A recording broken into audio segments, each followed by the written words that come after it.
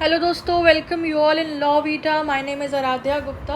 आज हम लोग एक बहुत इंपॉर्टेंट टॉपिक को समझने वाले हैं, that is the difference between human right and fundamental right. यानी ह्यूमन राइट्स और फंडामेंटल राइट्स, इन दोनों कॉन्सेप्ट में क्या डिफरेंस है। क्योंकि ये जो टर्म्स हैं ये कई बार इंटरचेंजेबली यूज़ किए जाते हैं, लेकिन इनमें कुछ की डिफरेंसेस होते हैं जो अब हम लोग आज समझने वाले हैं और हमें समझना भी इम्पॉर्टेंट है।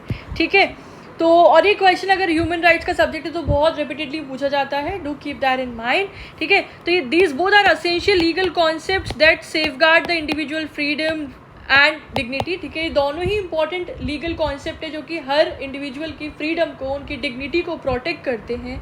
ठीक है, दोनों का ही एम है इंडिविजुअल्स को प्रोटेक्ट करना किसी भी इनजस्टिस से, किसी भी ऑपरेशन से, किसी भी बायस बिहेवियर से। लेकिन दोनों के स्कोप में, इन्फोर्समेंट में, लीगल रिकॉग्निशन में डिफरेंस आ जाता है। चलिए एक एक करके शुरुआत करते हैं। पहला बेसिस है, हम लोग बेसिस के बिहाफ पे कंटेक्स्ट पे समझेंगे। पहला हम लोग डेफिनेशन एंड मीनिंग से समझते हैं। तो ह्यूमन राइट्स क्या होता है? तो ये वो यूनिवर्सल राइट्स होते हैं, ये वो बेसिक राइट होते हैं जो हर व्यक्ति को मिलते हैं सिंस इट्स बर्थ। जैसे व्यक्ति जन्म लेता है तभी से वो राइट्स जो है अपने अंदर इनका रखता है, वो उनके साथ ही पैदा होता है। एंड ये वो राइट्स हैं, चाहे वो किसी भी कंट्री के हों, किसी भी कास्ट के हों, किसी भी रिलीजन के हों, किसी भी जेंडर के हों, सबके पास होते हैं, समान रूप से होते हैं। They apply to all individuals regardless of nationality, race, gender और स्टेटस। राइट, और इनका मेन पर्पस होता है ह्यूमन डिग्निटी को प्रोटेक्ट करना। On the other hand fundamental rights क्या होते हैं, अगर हम इसकी बात करें तो ये कॉन्स्टिट्यूशनल राइट्स होते हैं जो किसी स्पेसिफिक कंट्री के सिटीजन्स को दिए जाते हैं, है ना। और एक स्पेसिफिक कंट्री के जो लॉ ऑफ द लैंड है वो इन्हें रिकॉग्नाइज करते हैं। और मोस्टली जो राइट्स होते हैं फंडामेंटल राइट्स वो उसके सिटीजन्स के लिए होते हैं, बट कुछ राइट्स नॉन सिटीजन्स पे भी अप्लाई होते हैं।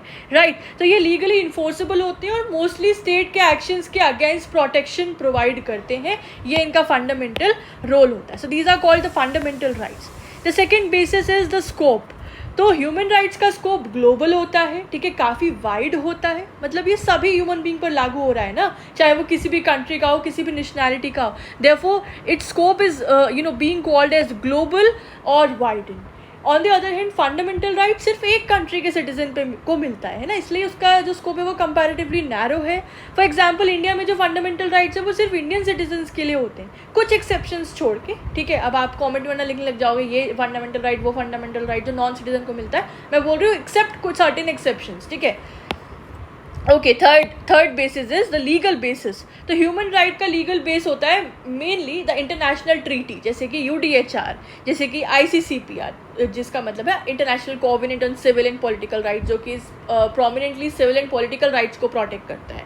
ठीक है, इस तरीके से there is one more important treaty of international covenant on social, economic and cultural rights. ठीक है, on the other hand fundamental rights का लीगल बेसिस की बात करें तो इसका सोर्स है नेशनल कॉन्स्टिट्यूशन। ठीक है, फॉर एग्जांपल इंडिया में part 3 of the Indian constitution provides the fundamental rights, है ना। The next basis is enforcement. तो ह्यूमन राइट्स का जो इन्फोर्समेंट होता है वो इंटरनेशनल बॉडीज़ के थ्रू होता है, जैसे कि United Nations human rights council हो गया, या इंटरनेशनल ह्यूमन राइट्स कमीशन हो गया, उनके थ्रू ह्यूमन राइट्स का इन्फोर्समेंट होता है। और फंडामेंटल राइट्स का जो इन्फोर्समेंट होता है वो नेशनल जुडिशरी के थ्रू होता है, नेशनल कोर्ट्स के थ्रू होता है, नेशनल लीगल सिस्टम के थ्रू होता है। फॉर एग्जांपल इंडिया में अगर किसी का फंडामेंटल राइट वायलेट होता है तो वो डायरेक्टली सुप्रीम कोर्ट में अंडर आर्टिकल 32 या हाई कोर्ट में अंडर आर्टिकल 226 में जाता है ना। So therefore its enforcement is done by the national legal system और the national judiciary. The fifth basis is origin. तो ह्यूमन राइट्स का ओरिजिन नेचुरल जस्टिस और इंटरनेशनल लॉ के प्रिंसिपल से हुआ है, ये आप याद रखना है, derive from the principles of natural justice and international law. And on the other hand fundamental rights का जो ओरिजिन है वो डेमोक्रेटिक कॉन्स्टिट्यूशन जो सिटीजन के बेसिक राइट को प्रोटेक्ट करते हैं उनके थ्रू होता है, उनका ओरिजिन होता है from the constitutional law of the democratic country. The next is nature. Nature की बात करें तो ह्यूमन राइट्स जो है वो यूनिवर्सल है, यानी कि वो सब के लिए है ना, without any kind of discrimination. ये एब्सोल्यूट होते हैं, यानी कि इन पे कोई भी कंडीशन नहीं लगी होती है, they are unconditional. And the other thing is they are inalienable, यानी कि ये किसी से भी छीने नहीं जा सकते ना। बोला ना कि जब से एक व्यक्ति जन्म लेता है तब से उसके पास ये राइट होते हैं, इनको किसी इन राइट से किसी को वंचित नहीं किया जा सकता है। ठीक है। On the other hand talking about the fundamental rights, तो ये कंडीशनल होते हैं, है ना।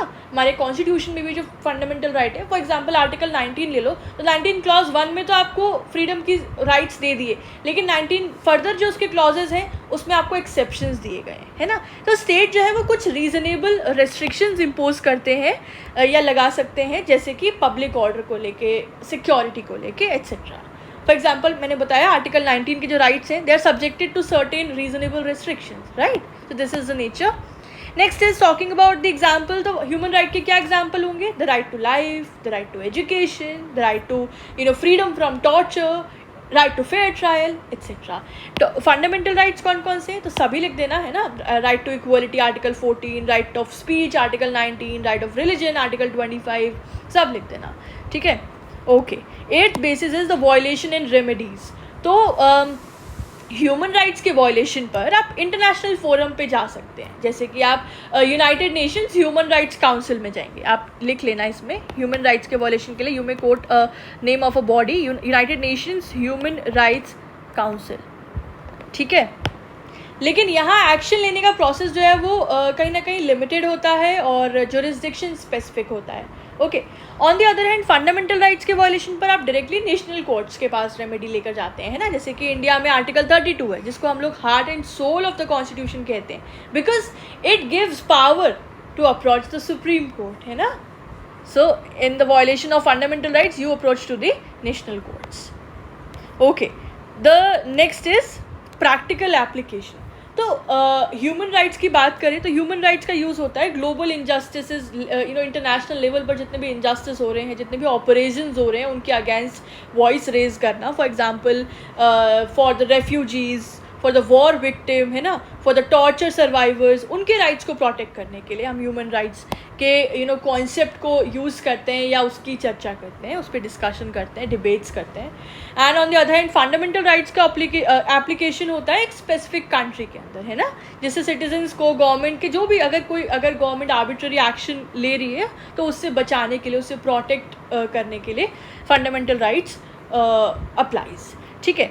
And the last is examples and case laws. तो लिख देना, बहुत सारे केसेस हैं ह्यूमन राइट्स में। You can quote D K Basu versus state of West Bengal, जिसमें सुप्रीम कोर्ट ने अरेस्ट और डिटेंशन के लिए गाइडलाइंस प्रिस्क्राइब किए थे जो ह्यूमन डिग्निटी को प्रोटेक्ट करते हैं। फंडामेंटल राइट्स में इमेंस केसेस है ना, इक्वलिटी में आप सबरीमाला टेम्पल का केस लिखो, NALSA versus union of India transgender right का केस लिखो, Lakshmi versus union of India का केस लिखो, विशाखा वाला केस लिखो, केशवानंदा भारती लिखो, मेनका गांधी लिखो, बहुत सारे केसेस हैं, जो याद आए फंडामेंटल राइट से जुड़ा हुआ सब लिख देना, ठीक है। तो दोस्तों आज हमने क्या देखा, हमने ये जाना कि ह्यूमन राइट और फंडामेंटल राइट दोनों का गोल तो सेम है कि इंसान की डिग्निटी और फ्रीडम को प्रोटेक्ट करना, लेकिन इनका स्कोप, इनका लीगल बेसिस और इनका इन्फोर्समेंट मैकेनिज्म अलग है ना। ह्यूमन राइट्स जहाँ एक तरफ यूनिवर्सल होते हैं, पूरे वर्ल्ड के लिए अप्लाई होते हैं, फंडामेंटल राइट्स नेशनल होते हैं, स्पेसिफिक कॉन्स्टिट्यूशन के फ्रेमवर्क के अंदर वो वर्क करते हैं। दोनों राइट्स का होना एक जस्ट और इक्विटेबल सोसाइटी बनाने के लिए ज़रूरी है ना, ये बात आप याद रखना। And being a law student and being a future legal professional, हमें दोनों का क्लियर डिस्टिंक्शन समझना बहुत इंपॉर्टेंट है, ठीक है। तो ये हो गया हमारा आज का topic. It was a small topic and yet छोटा था बट इम्पॉर्टेंट था, है ना। तो आप लोगों को समझ आया, आप लोगों को कंटेंट यूजफुल लगा, please let me know the comment section. अगर आपको हमारे ह्यूमन राइट्स के या किसी भी और सब्जेक्ट के नोट्स चाहिए, please contact us either on our Instagram page और ऑन आवर ईमेल आईडी। मैं रिवर्ट करती हूँ एज सून एज पॉसिबल। हमारे नोट्स पेड रहते हैं, ठीक है, तो उसकी डिटेल्स के लिए आप हमसे कांटेक्ट कर सकते हैं। All the best to everyone, जिन जिनके एग्जाम्स हैं अच्छे से एग्ज़ाम देना, अच्छे से आंसर राइटिंग करना, and you will definitely fetch good marks, ठीक है। Take care everyone, have a good day, bye bye.